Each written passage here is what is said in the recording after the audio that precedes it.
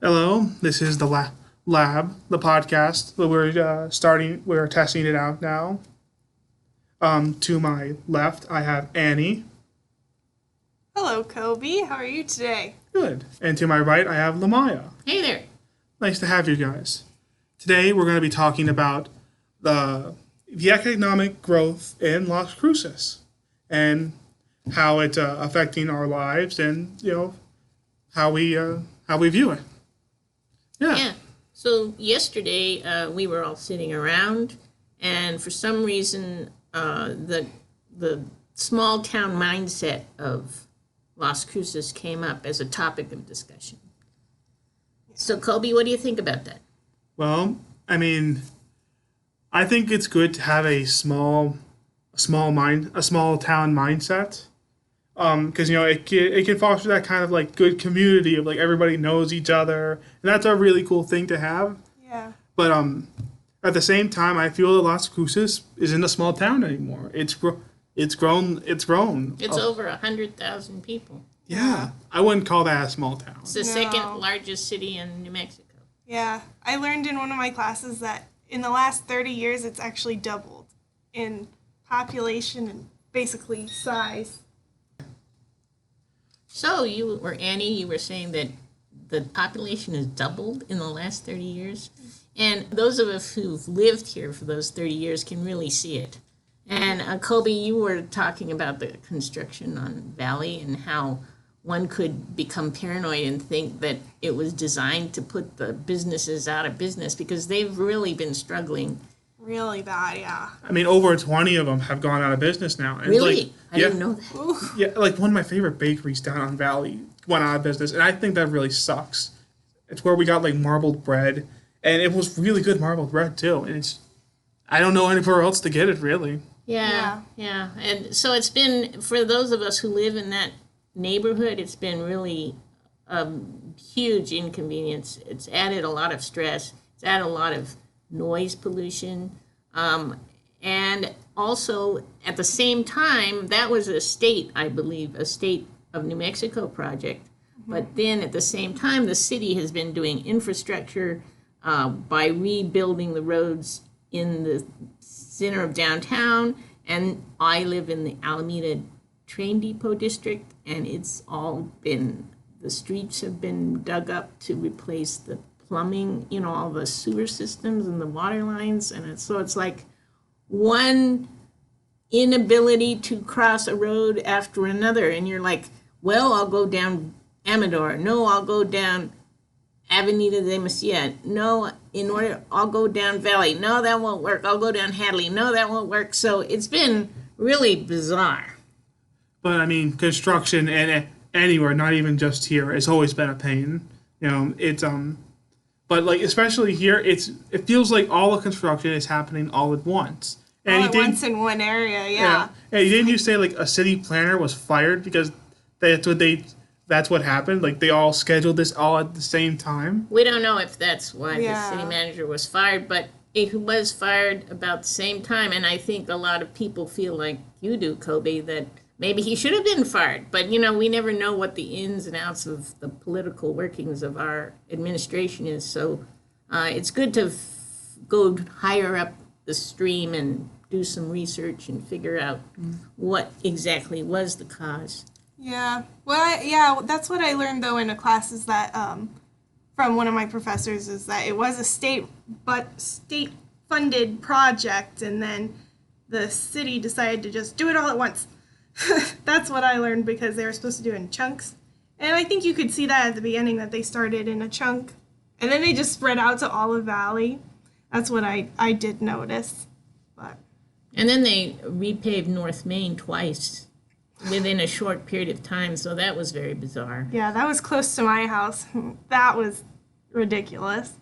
So I think we're having the growing pains of turning into a big city. And other cities are having similar issues, like Seattle's infrastructure is not able to handle the number of people who live there. Yeah. I was just in San Francisco. Oh my gosh, the trash isn't being picked up. The homeless population is huge. And so as I was driving to the radio station today, I was thinking, at least Las Cruces has really been proactive in dealing with the homeless issue. Yeah, That's true. That's yeah. I definitely feel that. I mean, I coming from a big city, I'm used to seeing a lot of just homeless people, and I'm guilty of this too. I'm sure other people have. You just kind of don't see them. But here, it took me by surprise with how actually little of the population is homeless. It really did, and I feel that's it feels with less of a homeless population. It feels like they stand out more, and I feel like because of that, they can. I noticed to help them a little bit more too, just because of like if I see someone asking for food over by a Walmart, I don't mind stopping by a Walmart and giving him like a can or a bag of snacks or something. Where like in home, I just try to move by them. Yeah, it's really great that in the tent city here they provide services for them. They have mailboxes, which I learned the other day, where they can actually get their mail, and then they have the what is it called? Food pantry right there. Yeah, it's really great the way Las Cruces has been treating it, because like if you go to El Paso, I feel so bad because I mean El Paso is so concrete, I feel, and there's so many more homeless people walking around, and with the heat, that's horrible. So it is great that Las Cruces has been able to deal with it pretty well compared to other places in the Southwest, I feel like. I mean, I definitely agree. I feel like it goes back to our original idea of Las Cruces still has that small town mindset in a good sense where it wants to take care of everybody, but at the same time, it's also using that mindset to take care of what some might consider big city problems of a homeless population. So what are the other issues? See, moved here from Los Angeles. And the reason I moved here from a large city was so that I could raise a family and have a child. And I didn't want to do that in San Francisco or in Los Angeles because I wanted my children to have more of a rural experience where they could see where food came from, and they could pick wild blackberries, and they could, breathe fresh air, which you cannot breathe in Los Angeles. And I wanted them, Thomas Edison said that human beings might be born deaf in the future because there was so much noise pollution in our environment. So that I'm a very sensitive person. I love music, and it's because I'm an audio editor, and in order to be an audio editor, you have to have really sensitive ears, and so I really prize my ability to hear quiet. I love that about New Mexico. You can still go places where you can hear nothing. Yeah. Oh, that's true. Mm-hmm. And where you can see the stars. Definitely. Because there's no light pollution. So those are some of the quality of life issues that I think the people in power of Las Cruces are grappling with. I hope they are, because I think that was part of the original residents' desire to keep it a small place for the reason of maintaining the quality of life. Yeah. I mean, last week we were in Taos, which is where all my family's from, even though I grew up here. And I went outside my great aunt's house at night, and I looked up at the sky, and there were all of these stars, and I was like, wow, I don't see those kinds of stars in. Yeah, where'd they come from? Yeah, like even in my house here in Las Cruces, I'm like, that's weird. And then I was standing out there, and it's like I'm surrounded by houses, but I don't hear anything. And I was like, wow, maybe Las Cruces is getting bigger, because yeah, you can't see as many stars as even when I was like little. I noticed that. So yeah, I hope that they're thinking about that people live here for some reasons. I mean, of course, everyone wants more opportunities. Like me and Colby were talking about jobs. It's hard to find, more middle-class professional jobs in Las Cruces now. So Yeah, because from my experience and experience of friends who've looked for jobs here, it really is a closed camp. And it's all about who you know, which is a small town. Well, yeah, it's a small town mentality, but the film industry is like that. Even internationally, it's all about who you know and whether you get a job or not, because artists in the film industry want to work with people they've worked with before. Okay, yeah. So But I mean, at the same time, I do agree with you on that. But I also feel that as a town, you shouldn't. I don't believe that is a correct mentality to have. Because am I again? This is all in my own opinion. But you should want people to enjoy where you're from, right? You shouldn't want to close yourself off from the rest of the world just because you want to pristine yourself. Well, I think tourism is a huge one of our natural resources, a way we gain money, revenue for the state is tourism. And so in that regard, we want to make Las Cruces an attractive place, And But with the increase in tourism also comes the increase in transplant. A transplant family. Agreed. I mean, we have so many people from California. We're trying to bring the film industry here. But that means we bring film crew from Los Angeles. We just opened a gaming company in town, and it brought all the head honchos, all the executives moved to Las Cruces and bought a house in Las Cruces. And so they love the quality of life in Las Cruces, but if we're not careful, we'll be back to LA, Yeah. My friends live in Lake Tahoe, which is a really small town, and what they're experiencing is gridlock.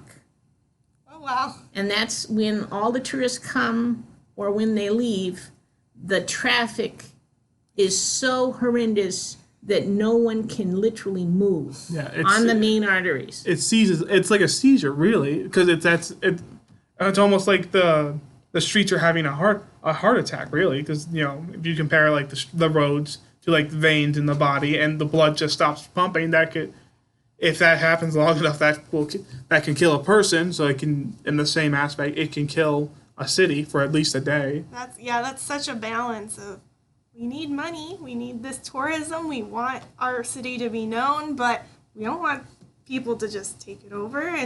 But then it's like the city needs to step in there, and when do we widen roads? Where do we get the money to widen roads? And whose house do we tear down to widen that road? Or which trees do we saw down so that we can have extra footage for and then that takes away from the natural quality of life again. Yeah. Exactly. And It's a circle. it is a vicious circle. Well, I was really pondering on it because it's the issue of immigration as well. Because people are coming here for a better quality of life. Yes. They don't want to be threatened, their lives threatened. They don't want to be starving to death. They don't want to.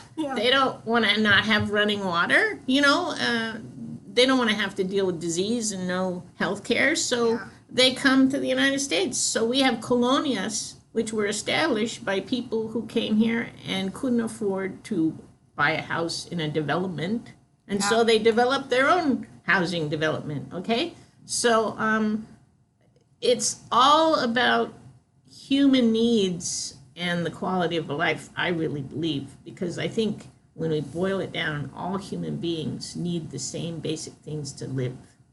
And you know what? I completely agree. That's why, again, going back to the positive things here, I find it really easy to find a lot of those basic needs to live.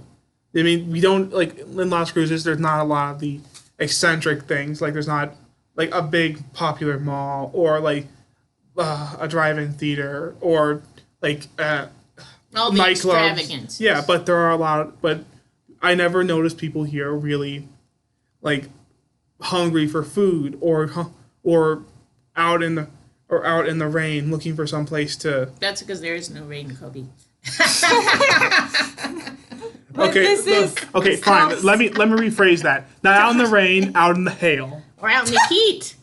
Heat. You mean you can be killed by the sun? Yeah. No, I've had a few cars that were killed by the sun. Oh, Yeah, I mean, if it peels the paint off our cars, what is it doing to our skin? You know what I mean? It's Yeah. like, What is the that's pretty- sun doing to our sun? Yeah, yeah, yeah. oh, I just got it. Yeah. Yeah, I mean, this is still small town rural America. I mean, we're one of the richest countries in the world, but we still can take care of our people. Yeah, but New Mexico is the 50th state in certain things. It's always vying for the place with Mississippi. We're fighting it out with Mississippi to be the Not a good place to be. state with the highest poverty level, the lowest child welfare status, and so poorest education system. Oh, yeah. But that's why that's one of the reasons why I find it so weird this is not a good transplant city. Because I feel like this But city... it is if you're going to retire. Exactly. That's exactly what I was going to bring up. This city is great for older people who are coming to retire and looking for a specific environment to. It's great for that. But at the same time, those people might bring their children or their grandchildren who aren't at that level yet. And this place is not that good, not that kind of transplant city. Yeah, it's not great for their children or the grandchildren because their children need jobs. They need Yeah. jobs. They need some form of infrastructure. They need, again, this is back to my personal opinion. They need a school system that will both challenge them and encourage them to do better at what they do. And I feel like Las Cruces is significantly lacking in that department. Yeah. Well, and then also, like, we have a very high, I mean, all these transplants are coming in, they've retired, they're getting older, but we still don't have the greatest medical care in the state, definitely. We don't have very good medical care. I mean, we have 2 private hospitals, which... We're having a third. Yeah, we have Memorial Medical, which is a public hospital, a teaching hospital, They just sold it to a private. It's a My gosh, I didn't know that. in February. Yeah. So is that the reason why they're building that new hospital over on Well, Main? Yes, that is going to be a new one. Yeah. But is that going to be another private one or a public Yeah, one? it's a private it's a one. private. So one. is there a public hospital anymore? Nope. Yeah, and the difficulty of finding a primary care physician who you trust and feel confident in is really a challenge. And again, that goes back to, I feel like that is people wanting to maintain the small town mindset of not wanting to let.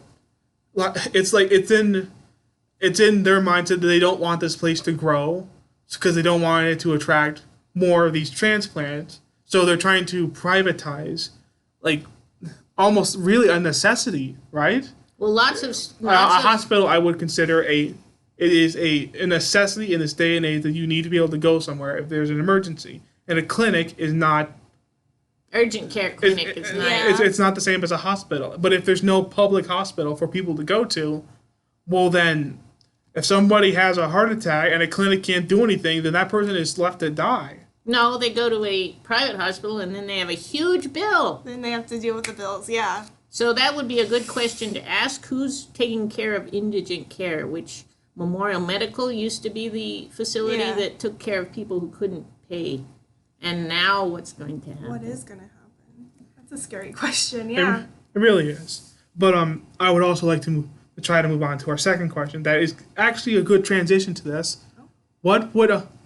How do we look when compared to the other states? Compared to our healthcare, to our economics? Like, what if people come here and see I Las think we Cruces? rate low, but we'd have to do the research. We could create a graph, right? Yeah. That would be a good idea Oh, to do there a you go. graph that we have. This is Arizona, this is New Mexico, this is California, this is. But a lot of my friends who are wealthier than I am, but who have come to New Mexico, there's a lot of wealth in our town because of NASA, the NASA site. Yeah. And a lot of scientists, they tend to go to Mayo Clinic for their health care needs in Phoenix. It's just a hop, skip, and a jump Yeah. over there. And so you were asking how we rate. So we're losing the high dollar spender to Arizona for health care, or to MD Anderson in Texas for cancer care. People are going elsewhere to get their care. Taking their money out of here. Exactly. Exactly. Now,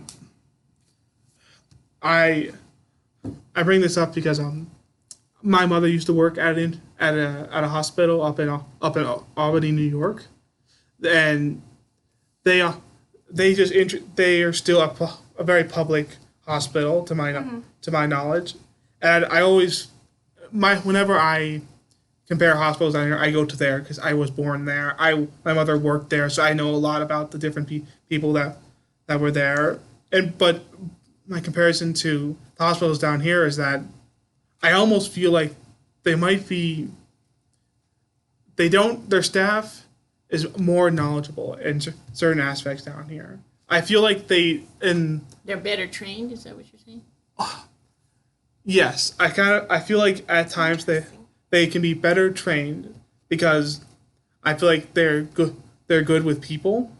That might be a little kick towards my hometown of it being in New York, of not being good with people. Well, that's a stereotype. Stereotypes that New York is full of brusque, busy people, and New Mexico is laid back. And I've heard over and over again, I can't believe how friendly people are here. When people come to interview for jobs, or they come here to go to La Posta or whatever, and they're always like, I can't believe how friendly people are here. And that to me shows that they like what they do. Or like, I'm up in home. Not everybody enjoys what they do. Sometimes work is just for work, and that's it. Well, and I think in our day and age, the ability to have a job or work that you love or enjoy is a luxury. It's a luxury. It's a challenge. Not everyone can be so fortunate. I'm labeling that up with like the idea of the American dream. You know what I mean? Of like wanting that job where you can put everything you have into it and love it and spend 50 years there. It's a really good thing to aspire for, but that doesn't happen. No. It very rarely happens.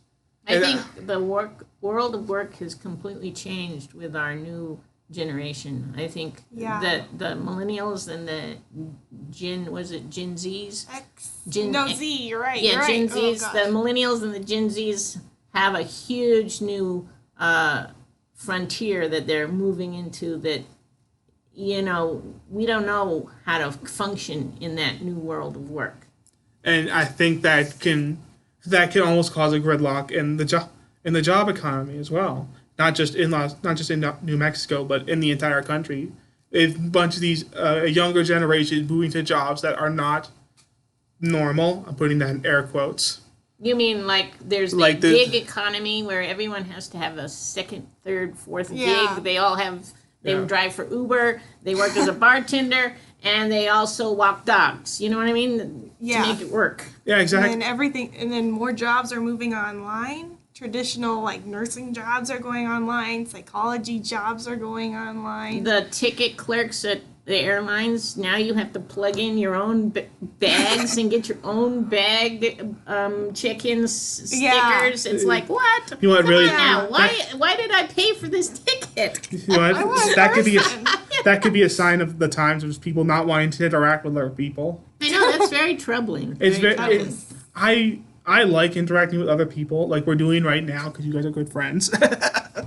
But You're a people person. yeah, I like interacting with other people and having that conversation, which is kind of weird for someone of my age to want to go out and do that. But it's really, I feel like you form a more meaningful connection with people. You're able to, if it's for business, you are able to get more definite words of facts from them rather than just searching it up online. Because that saying of like, why are you asking me? Google it. Oh, I'm asking you because I want to know from you. Your perspective. Exactly, because your perspective is different from Google's perspective. Mm-hmm. And I want to have that conversation with people, and I feel like not many people want to do that anymore, and I find that to be such a shame. So here's the challenge. Economic development and finding jobs for our youth. I really think that Las Cruces is working hard with Mavita and the bridge and all sorts of other initiatives to help students transition into the world of work and to find a job. But like you guys were saying, there aren't that many jobs. And most of our students who get professional jobs or who want professional jobs are going to have to leave Las Cruces and go to one of the larger urban centers. So I don't know if there's a way around that problem. What do you think? Really, it's a hard question. The easy answer is just make more jobs, but you can't just make jobs out of thin air for people, because that's either an extremely difficult process, or those jobs are at best temporary jobs. I think the state needs to start providing more incentives, not for big companies, yes, but also for small businesses. I think they should. Because like our gross receipts tax, that's putting all of the taxes onto the small businesses rather than the large corporations like the oil companies in the eastern part of the state. So we need to change that up so that we're helping the small businesses. That's kind of where we want our jobs, to keep the money here rather than, I mean, we need big businesses to come in too, because they create a lot of jobs. But yeah, so that's why I think the state needs to start doing it. So if you were governor, Yeah. and you hired Kobe to be the economic development director. Yes, the film editor will do your economics now.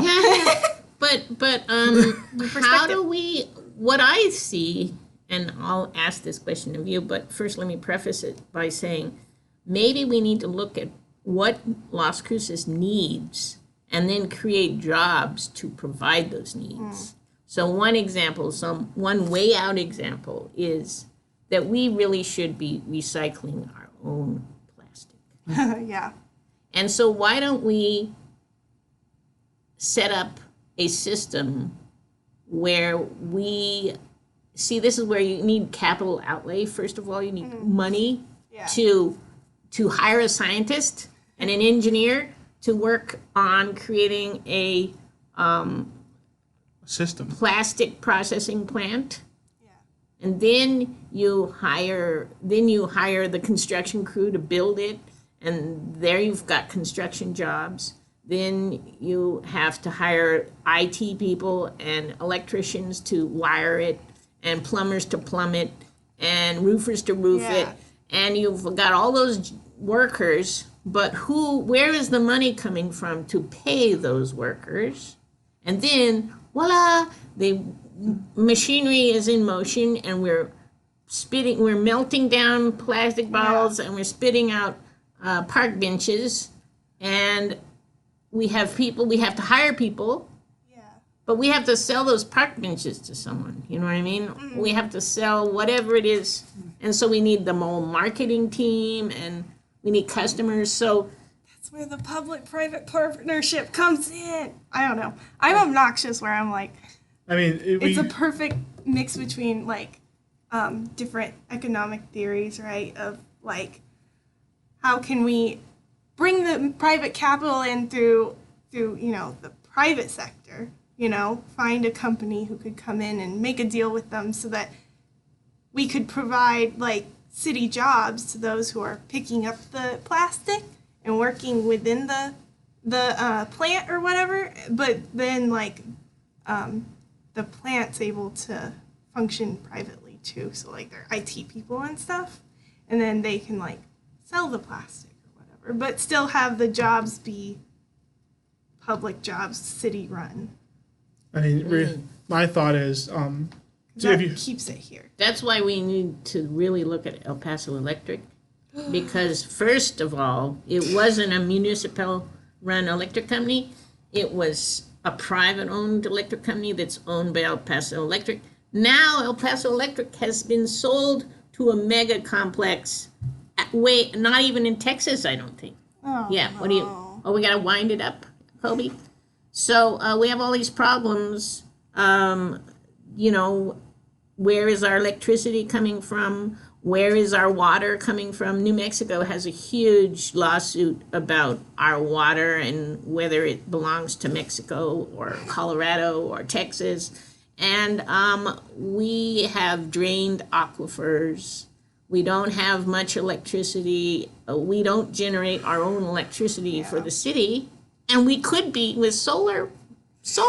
We have so Energy. much damn sun. I know, 350 days of sunshine a year. What are we doing? It's Because insane. solar is privatized. Yeah, and It then should- we water, electricity. We don't have a public hospital, so and we can't recycle our own recycling. So It's recycling your own like cans of like soda or something or oh beer. yeah, you had an idea of putting the Like where I'm from. money back on it. Yeah, like where I'm from, there is a tax on cans and bottled goods. So but then you can bring those cans, and this is what You can redeem them you for can the money. you can the redeem them for the deposit. tax pack. You can get your tax back by recycling them at like supermarkets or I think at Walmart and stuff. In So New York? Yeah, in New York. Oh, okay. You bring them back. There's this like machine there. You put the cans and bottles in, and you get. And it spits money out money. It spits out money for you. So Oh, it's an that's cool. incentive to recycle. Yeah. There you go. But it also negates the tax on it too. Yeah. Too. I love that. And Yeah. in New Mexico, we used to recycle bottles that way because you put a FICEN deposit on your Coke bottle. And that's basically the same thing. What Yeah. they did in Yeah. New York. Turn in your And then you Coke get it bottle. back. Yep. It wasn't just bottles. It was cans. It was anything that we could recycle. We tried to do.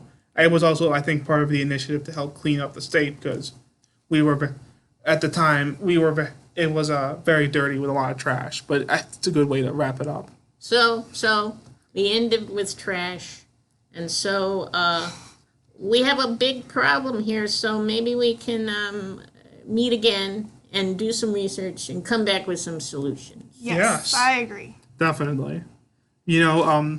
I would like to thank you both for coming here to talk about this very interesting topic, and I think it's a very personal topic for all of us here. So I want to thank again Annie. Thank you for coming. Welcome. Lamana, thank you for speaking with us. It's been fun.